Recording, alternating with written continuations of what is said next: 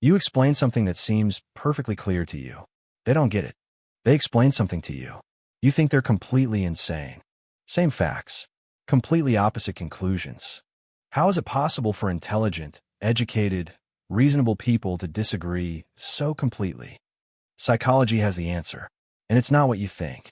By the end of this video, you'll understand exactly why people think so differently and how to actually communicate across those differences. Hit subscribe right now because what you're about to learn will change how you see everyone around you. Here's what most people think. When someone thinks differently, it's about intelligence. That's completely wrong. Research shows intelligence doesn't predict agreement at all. Highly intelligent people reach completely opposite conclusions all the time. So what actually determines how you think? Cognitive filters. Your brain's automatic interpretation system. These filters are built from your unique experiences, culture, biology, trauma, upbringing, and values. And here's the crucial part. These filters operate automatically, before conscious thought. You don't see reality and then interpret it.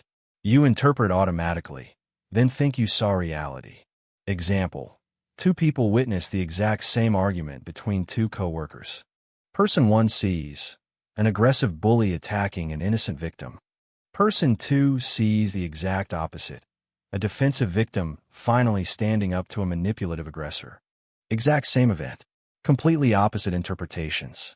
And both are absolutely certain they're objectively right. Neither is lying. Neither is stupid. Their cognitive filters literally show them different realities. And this is happening constantly in every single disagreement you have. You think they're ignoring the obvious facts. Actually, they're literally seeing different facts. This happens because of confirmation bias. Your cognitive filter automatically highlights evidence that confirms your existing beliefs and automatically hides evidence that contradicts them. So you look at a mix of evidence, some supporting you, some contradicting you, and you genuinely only see proof that you're right. Meanwhile, the person with the opposite belief looks at the exact same evidence and sees proof that they're right. Same data set. Both see only confirmation of their beliefs. Both absolutely certain they're being objective. And this is exactly why presenting facts doesn't change minds. Their filter automatically rejects facts that contradict their beliefs and accepts facts that confirm them. Just like yours does. Everyone's cognitive filter works exactly this way, including you. You're just as filtered. You just can't see your own filter operating. That's why you're absolutely certain you're being objective, while they're the ones who are biased. Everyone thinks they see reality directly, while everyone else is seeing through a distorted lens. But everyone is filtered, including you, including me. There are no exceptions. Psychology research calls this naive realism, the belief that you see reality objectively, while others are biased. And it's the fundamental barrier to understanding why people think differently. So what are the specific cognitive filters that actually differ between people? The most important framework is moral foundations theory, breakthrough psychological research from Jonathan Haidt. Here's what they discovered. People have fundamentally different moral matrices, different moral foundations they weigh and prioritize. Research identified 6 moral foundations that humans are wired to respond to. Foundation 1. Care/harm, sensitivity to suffering and the drive to protect the vulnerable. Foundation 2. Fairness/cheating, sensitivity to reciprocity, proportionality, and justice. Foundation 3. Loyalty/betrayal, sensitivity to group cohesion and tribal belonging. Foundation 4. Authority/subversion, sensitivity to hierarchy, tradition, and legitimate authority. Foundation 5. Sanctity/degradation, sensitivity to purity, contamination, and sacred values. Foundation 6. Liberty/oppression, sensitivity to domination and resistance to tyranny. Everyone has all 6 foundations built into their moral psychology, but you weight them very differently. Your personal weighting determines what feels morally obvious versus morally irrelevant to you. For example, liberals tend to weight care and fairness foundations very heavily, and other foundations much more lightly. Conservatives weight all 6 foundations more evenly, especially adding significant weight to loyalty, authority, and sanctity. So when liberals see harm being done, conservatives are often simultaneously seeing loyalty, authority, or sanctity violations.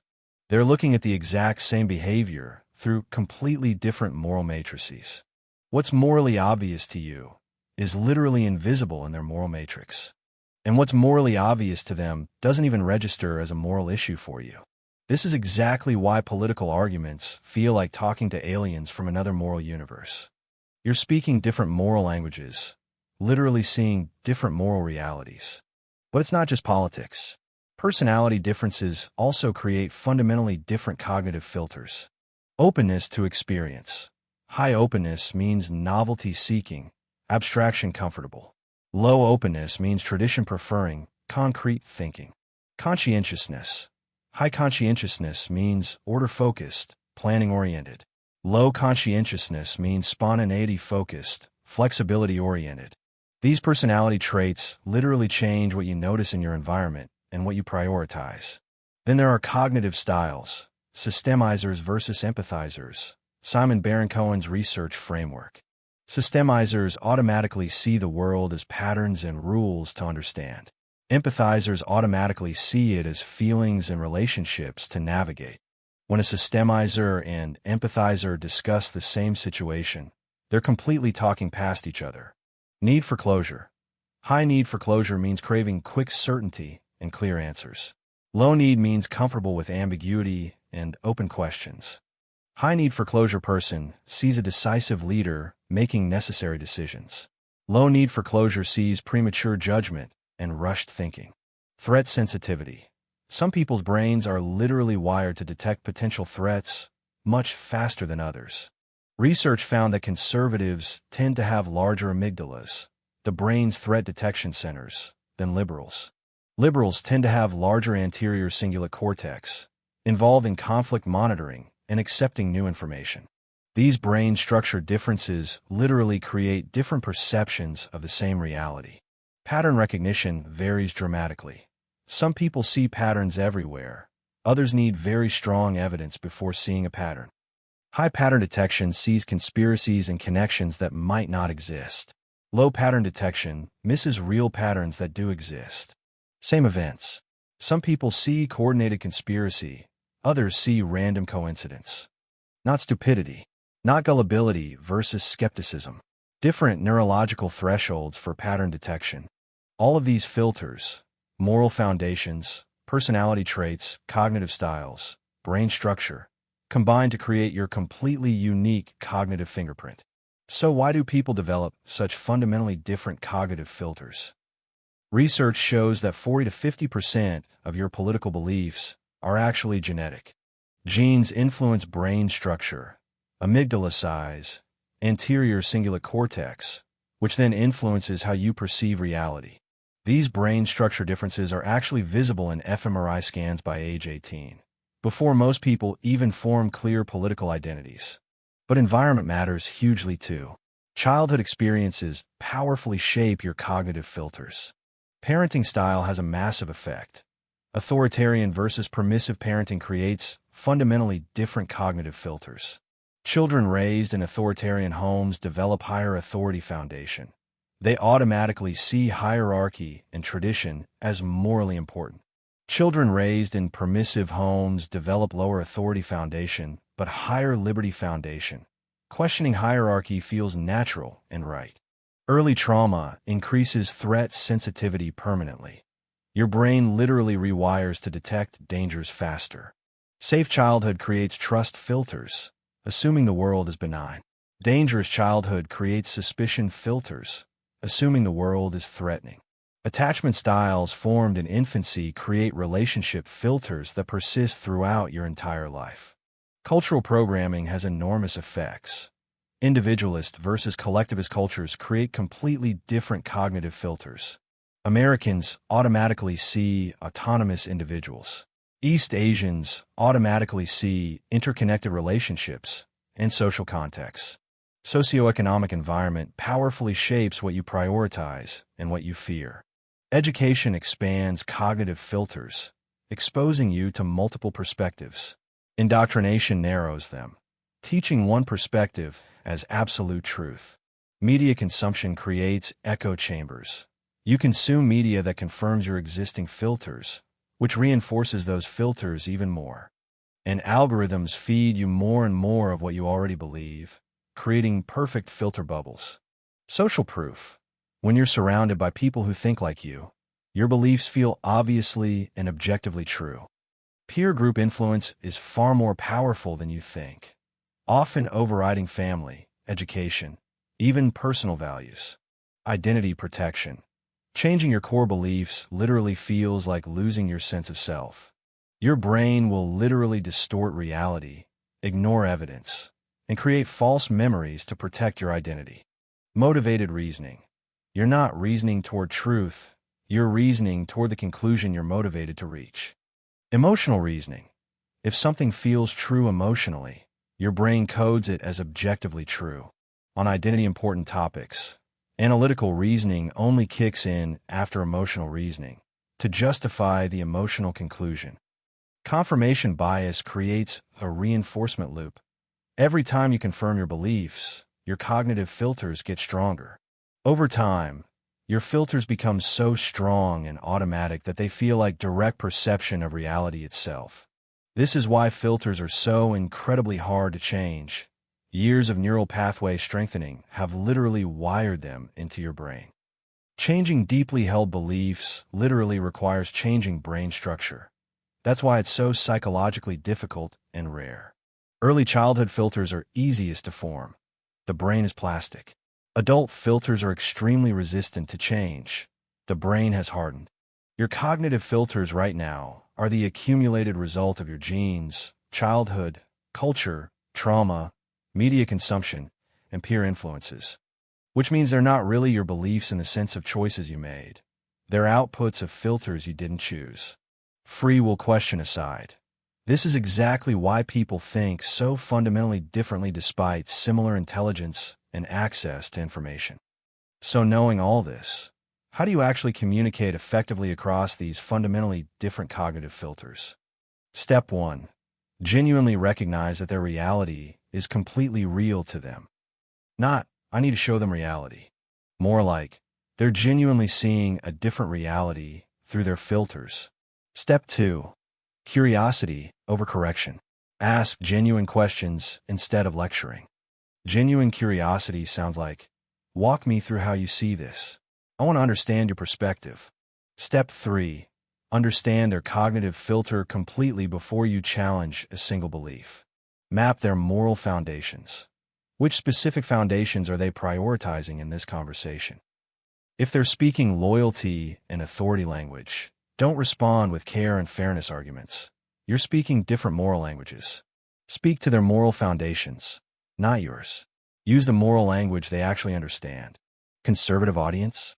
Frame your argument in terms of loyalty, respect for authority, and honoring tradition. Liberal audience?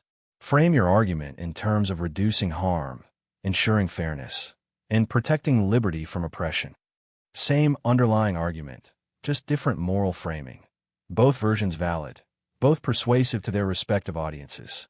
Match their moral language, and suddenly you're speaking the same tongue. Communication becomes possible. And don't speak past their moral foundations. They literally cannot hear arguments that don't activate their weighted foundations. Step 4. Reduce the threat response. Remember, challenging beliefs feels like threatening identity, which triggers defensive fight or flight. Make it psychologically safe to change their mind. Remove all shame from updating beliefs. Say, I used to think that too. It shows that changing beliefs is normal, not shameful. Normalize belief evolution. Smart people update their beliefs when they get new information. Create an exit ramp from their position. Don't back them into a corner where defending their belief is their only option. Give them a way to save face while updating their position. Make it easy to say, I learned something new instead of I was wrong. Reduce the threat and their defenses lower. Their rational brain comes back online, and productive conversation becomes possible.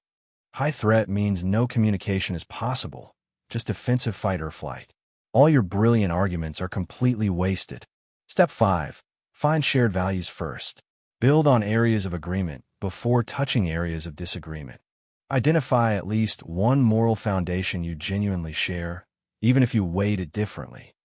Say we both care about X. It establishes that you're on the same team, not opposing teams. A common enemy or common goal can unite people across completely different cognitive filters. Focus on shared humanity before political positions. You're both human with families, fears, hopes, and struggles. When you establish shared values, disagreement becomes navigable instead of nuclear. The agreement foundation makes the disagreement discussion psychologically safe instead of threatening. Start with "we both want X." Then you can have a productive discussion about how to achieve it. Step 6. Incremental exposure, not confrontational demands. Don't demand they immediately flip their entire belief system. Plant seeds, don't demand the harvest. Genuine belief change takes time, often months or years. Your goal isn't conversion, it's creating just a little doubt. Reduce their certainty by even 10%. One small shift today, another small shift next month.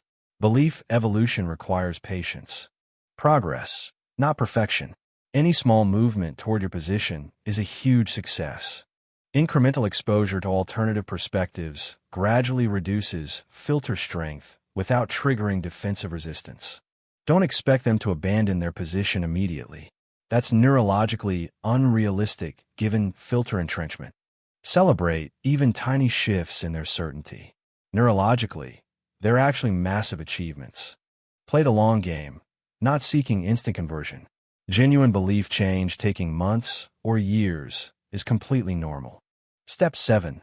Validate their experience, not their conclusion. Say that makes sense given what you've experienced. Separate the person from the belief. You're not stupid or bad. Your cognitive filter creates that perception. Ask permission before challenging their view. Can I share a different perspective with you? Use the Socratic method.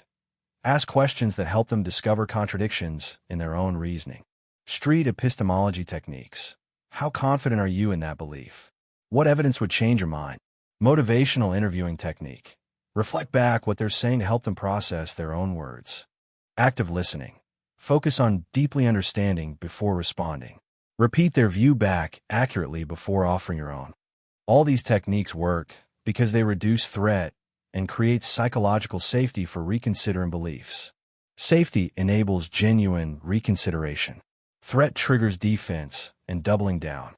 Here's why just look at the facts completely fails as a persuasion strategy. Remember, filters determine which facts you even see and which facts you accept as valid. Here's why saying you're wrong instantly triggers defensive shutdown and ends all possibility of productive dialogue. You're wrong registers as an identity attack, triggering literal fight-or-flight survival response. And calling them stupid or biased obviously destroys any chance of productive dialogue. It's pure identity attack. Why arguing harder and louder backfires completely? It creates resistance, not persuasion. What actually changes minds? Psychological safety, genuine curiosity, infinite patience, and thoughtful questions. Real example. Former extremists describe changing not through arguments, but through patient relationship building over years. Connection and trust enable people to reconsider their beliefs. Facts and logic alone never do. Research on depolarization shows it works through humanization and sustained contact across differences, not through debate. Remember this. No one sees reality objectively. Everyone, including you, is seeing through cognitive filters. Understanding someone's filters doesn't mean agreeing with their conclusions. You can understand and still disagree. But understanding their filters creates genuine compassion for why they see things so differently from you. Your cognitive filter is just as biased as theirs, just biased differently based on your different genes, childhood, and experiences. Communication across fundamentally different filters is absolutely possible with awareness of filters and genuine humility. This understanding of cognitive filters will literally transform every conversation you have, from political debates to relationship conflicts to family arguments. If this changed how you see people, hit subscribe. Every week, psychology insights that transform how you understand the world. Welcome to the conversation.